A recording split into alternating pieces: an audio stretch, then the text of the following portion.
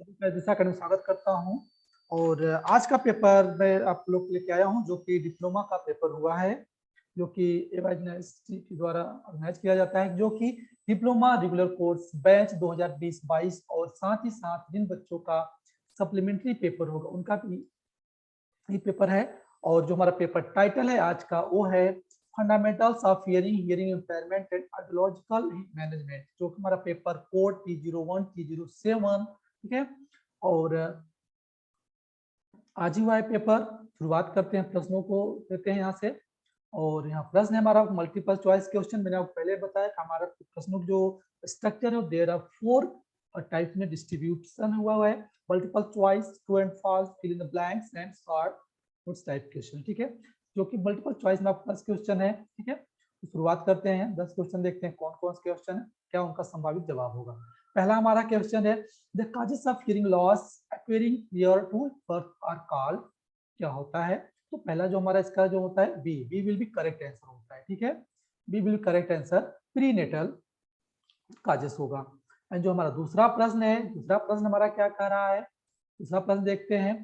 तो दूसरा प्रश्न हमारा है effect of hearing loss on speech and language development depends on dot dot dot of hearing impairment, ठीक है।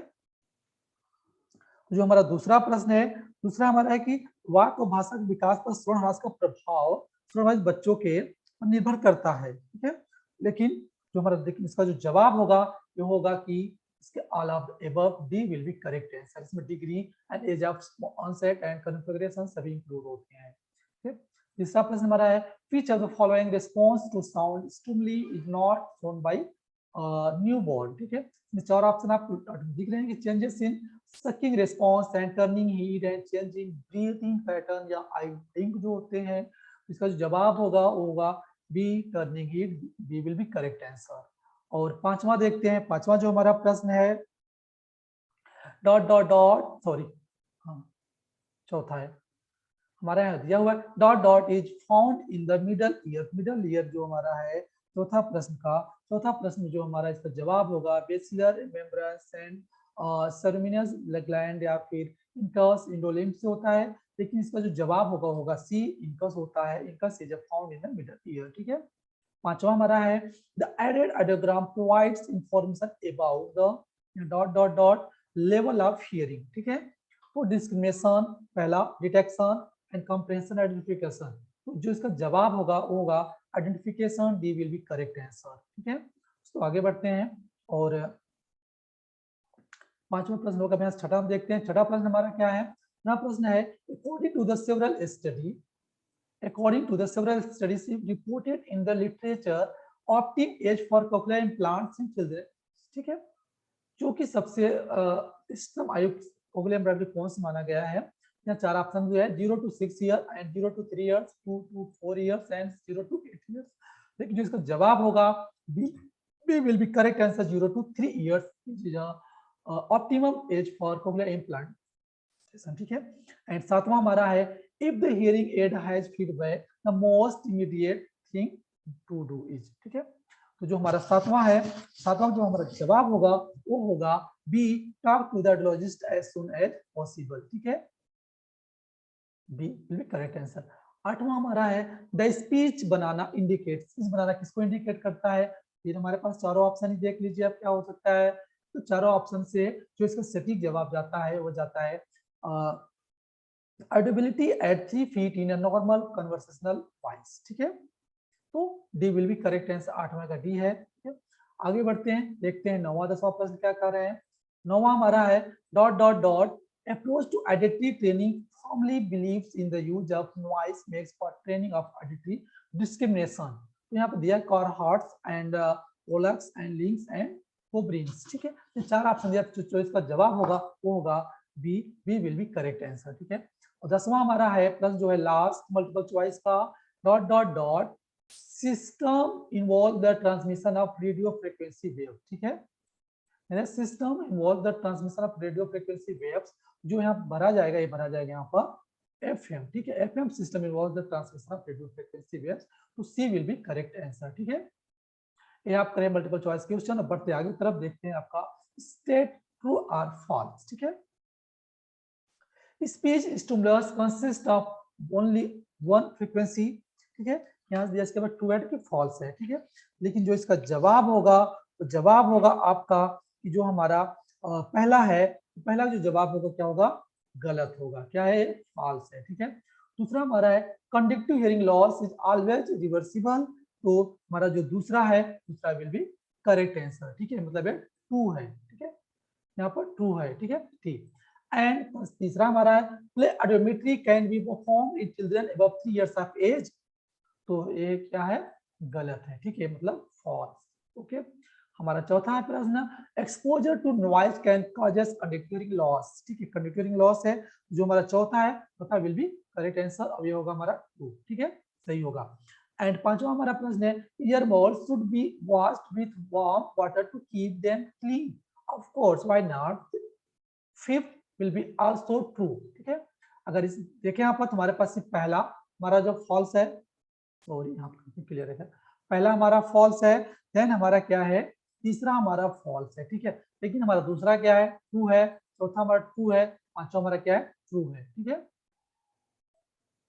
बढ़ते आगे तरफ फिल इन द ब्लैंक्स देखते हैं। फिल इन द ब्लैंक्स क्या है, फिल इन द ब्लैंक्स में हमारा पहला है कि जस्ट सिंगल फ्रीक्वेंसी साउंड, जो हमारा यहाँ पर भरा जाएगा ये हो जाएगा हमारा प्योर टोन, ठीक है, pure tone is a single frequency sound, okay. दूसरा हमारा है the sensory organ for hearing loss, sorry hearing is the, तो यहाँ हो जाएगा दूसरे का जो हमारा प्रश्न उत्तर होगा ये हो जाएगा साउंड वेव, ठीक है, दूसरा हमारा क्या हो जाएगा, साउंड वेव। एंड तीसरा देखते हैं the last stage of edit training जो होता है इसके अंदर क्या हो जाएगा, ये हो जाएगा कंप्रेहेंशन, कंप्रेहेंशन हो जाएगा। और जो हमारा चौथा है in hearing aid dot dot dot pick up the sound from the environment, तो जो इसका जवाब होगा ये हो जाएगा माइक्रोफोन, क्या हो जाएगा, माइक्रोफोन हो जाएगा, ठीक है।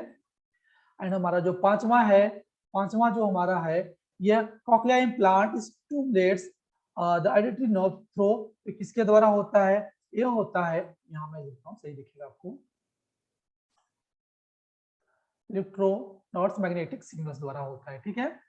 इस तरीके से आप तीनों सेक्शन प्रश्न हुए पूरे, और जो क्या है संभावित यहाँ दिया गया, लेकिन जो जवाब बोर्ड का होगा बोर्ड अपनी है, ठीक है, लेकिन ये संभावित जवाब यहाँ पर आपको बता दिया गया है। क्या होगा आपका ऑब्जेक्टिव मल्टीपल चॉइस, देन आपका ट्रू एंड फॉल्स में कौन सा ट्रू एंड फॉल्स, देन आपका fill the blanks will be also completed.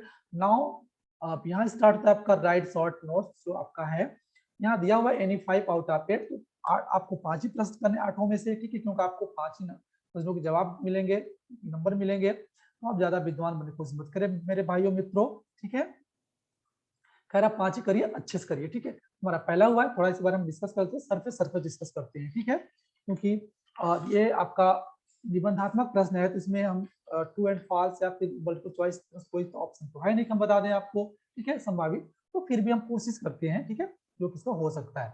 पहला हमारा है common causes of conductive hearing loss, क्या हो सकते हैं, कॉमन कॉजेस हो सकते हैं कि जो हमारे कान में मैल हो जाना हो सकता है, कान के पर्दों में छेद हो सकता है, कान जो हमेशा बहते हुए रहते हैं कान में, ठीक है, और कान सुन हो जाना, कोई स्लैप कर देता है ईयर पर, तो हो सकते हैं, कंडक्टिव लॉस के रीजन हो सकते हैं।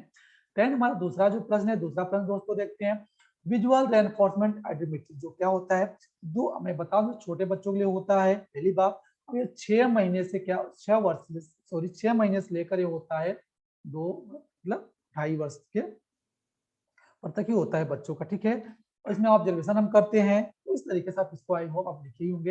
एंड हमारा तीसरा प्रश्न है, तीसरा हमारा प्रश्न है care and maintenance of hearing aid, तो सही बात, हमें केयर रखना चाहिए भाई हियरिंग एड को, उसको हमें साफ और सुरक्षित रखना चाहिए, उसका रख रखाव करना चाहिए, उसको उच्च ताप पर नहीं रखना चाहिए, ठीक है, इस तरह से हम इसको हियरिंग एड को रख रखाव कर सकते हैं। देन हमारा चौथा है role of middle ear in hearing, ठीक है, मिडल ईयर जो आपका है मैं बता दूं आपको, इसमें जो रोल होता है तो वाइब्रेट होता है, एंड ऑस्कुलर चेंज होता है उसमें ये होता है, and Oval Windows and inner ear में ये सब बहुत ज्यादा रोल होता है मिडल ईयर, ठीक है, क्योंकि उसके माध्यम से ध्वनियां अंदर जाती हैं। देन हमारा आता है क्योंकि अगर मिडल ईयर हमारा देखो एक ये आउट ईयर, मिडल ईयर, ये इनर ईयर, ठीक है, तो यहाँ से कोई ध्वनि जाएगा, ठीक है, ध्वनि जाएगा मिडल ईयर होके ही जाएगा, ठीक है, इनर ईयर तक, इसका बहुत बड़ा रोल होता है।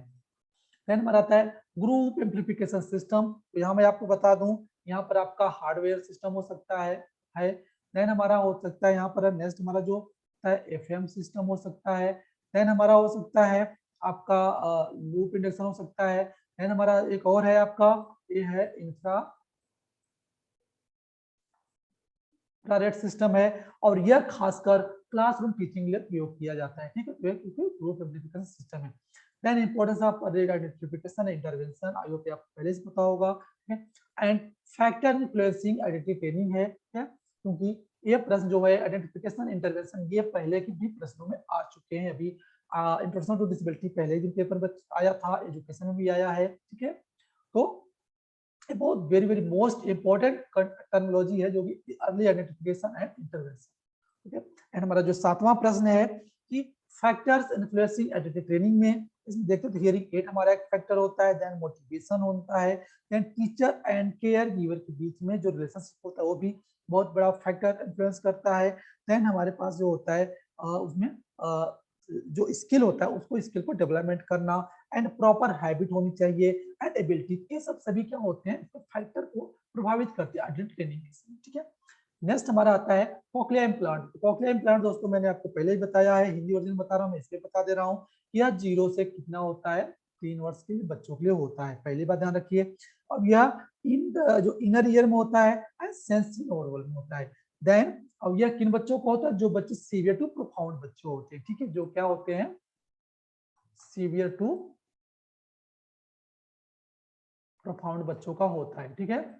और साथ साथ कितना होता है, और यह दो तरीके का होता है, दो पार्ट होता है, एक इंटरनल पार्ट होता है, ठीक है, एक एक्सटर्नल पार्ट होता है। और इसकी क्या होती है जो हमारे 3 साल वारंटी होती है, और इसकी क्या होती है 10 साल वारंटी होती है, ठीक है।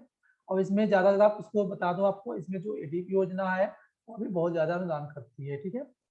तो ये रहा आज आपका पेपर जो कि एडलॉजी एंड मैनेजमेंट पेपर था, यहाँ होता है पूरा। दोस्तों दोस्तों अगर ये वीडियो आपको अच्छा लगता है तो अपने दोस्तों को ज्यादा ज्यादा शेयर करिए, लाइक करिए, कमेंट करिए, ठीक है। और इस सीरीज से आप यहाँ इस वीडियो के माध्यम से आप अपनी क्वेरी को असेसमेंट कर सकते हैं कि आप कितना नंबर पाए कितना नहीं पाए हैं।